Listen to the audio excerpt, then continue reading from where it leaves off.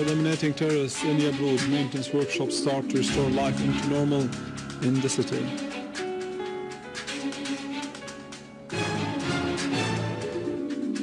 The People's Assembly approves the draft law on general elections to become a law.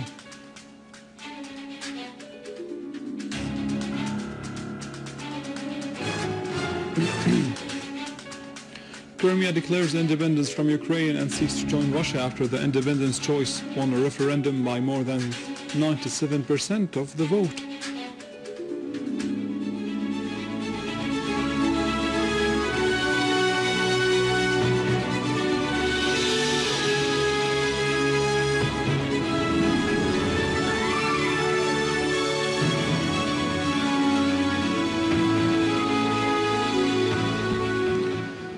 Good afternoon, this is news in English from the Syrian Arab television in Damascus. Syrian Arab Republic flag was hoisted high today in the center of Yabroud city. Meanwhile, maintenance workshops started their work to restore the services into the town. Electricity maintenance workshops also started repairing the high voltage grids which had been damaged by the armed terrorist groups.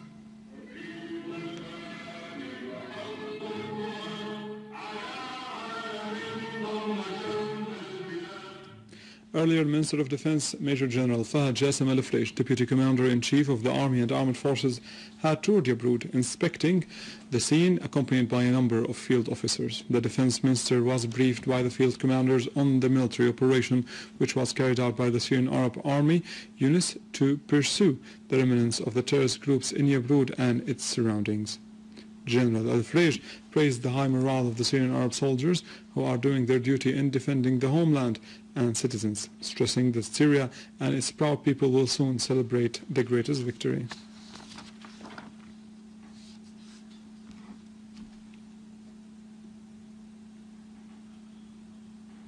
Also in Damascus countryside, a terrorist blast by a booby-trapped car took place at the entrance of the 8th of March suburb. Initial reports indicate that heavy material damage was inflicted at the place.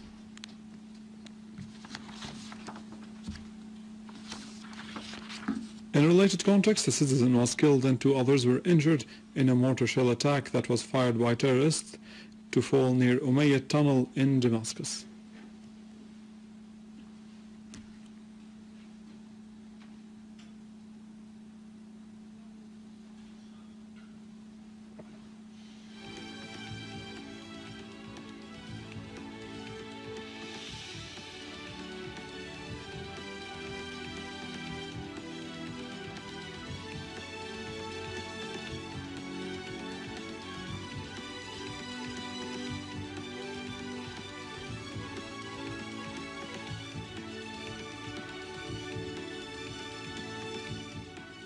As part of efforts exerted by the government to liberate the kidnapped, whether from the civilians or military personnel, a Syrian Arab Army unit liberated 42 civilians and military personnel, including officers, from al-Tabaqa in al-Raqqa city who have been kidnapped earlier by the armed terrorist groups.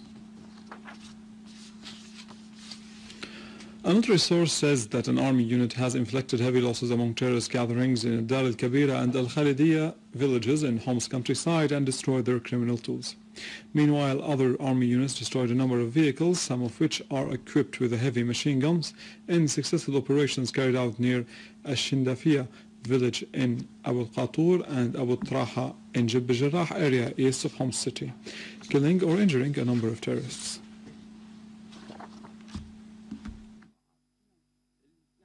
Moving to Aleppo, where Syrian Arab Army units foiled an infiltration attempt by a terrorist group into the area of Sheikh Said, killing many terrorists, injuring others, and destroying their vehicles, which was equipped with heavy machine guns.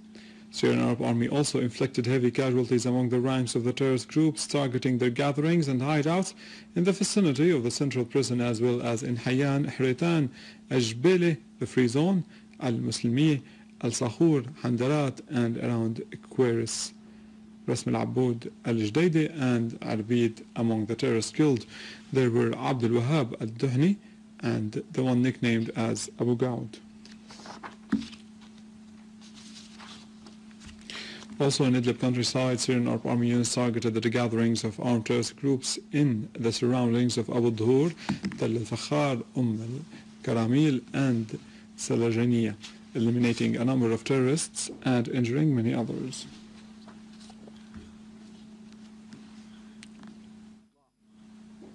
Syrian expatriates in the American Allentown in Pennsylvania state held a solidarity stand with the motherland and the mothers of martyrs and the Syrian Arab Army, and also in support of Syria. The expatriates gathered at the Church of St. Gregorius for Greek Orthodox and held Syrian flags, carried candles and chanted slogans expressing their love to the motherland. They came to express their support and to stand with the Syrian Arab Army in its battle against terrorism despite the far distance.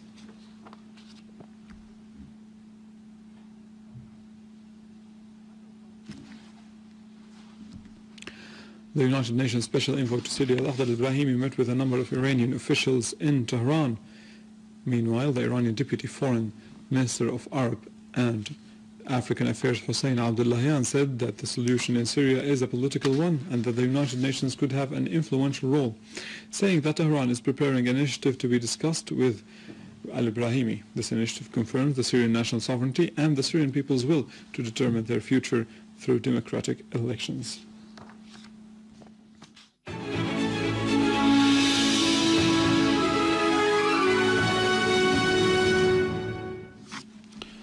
President Bashar al-Assad issues Law Number 4 for the year 2014, stipulating the amendment of the Article Number 124 of the Traffic and Vehicles Law Number 31 for 2004. The amendment provides for registering the private cars in the name of its owner, whether he was a natural or a legal person, and that is to be conducted without any offset. The Traffic and Vehicles Law Number 31 for 2004 have been amended by the Legislative Decree Number 11 for 2008. Chaired by its Speaker, Muhammad Jihad al-Laham, the People's Assembly has resumed discussing and endorsing provisions of the draft law comprising the law of general elections. It endorsed provisions 105 till 129 regarding elections and electing Syrians residing outside Syria, in addition to endorsing penalties and other provisions. Syrian Ministry of Health and the World Health Organization have signed a memorandum of cooperation to support the medical sector in Syria till the end of 2015. The memo comes within the context of WHO's contribution in implementing the National Plan for Medical Development throughout this year's and next year's cooperation program, concentrating mainly on 5 domains of utmost priority in the medical sector, namely primary health care, children's health in particular, and diseases included within the national program of vaccination and reproductive health, communicable and contagious diseases, in addition to the policies and strategies of health systems readiness for emergency cases and crisis management. It is to be noted that the World Health Organization offers technical assistance to help the Ministry of Health monitor and preserve public health and maintain health security. Lebanese Army has safely detonated a car bomb vehicle along with a side road connecting Ras Baalbek and al-Fahed areas. The Lebanese National Agency for Media said that silver-colored Jeep Cherokee vehicle loaded with explosives was detonated by firing a rocket shell at it.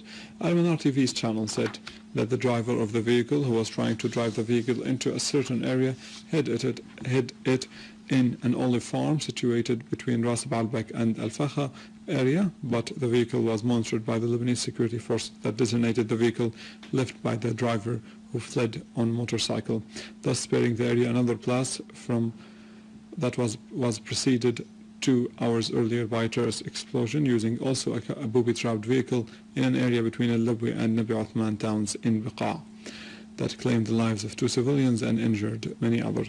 The so-called group Ahrar al-Sunnah Brigade in Baalbek, affiliated to Jabhat al-Nusra, has claimed responsibility for the suicide explosion.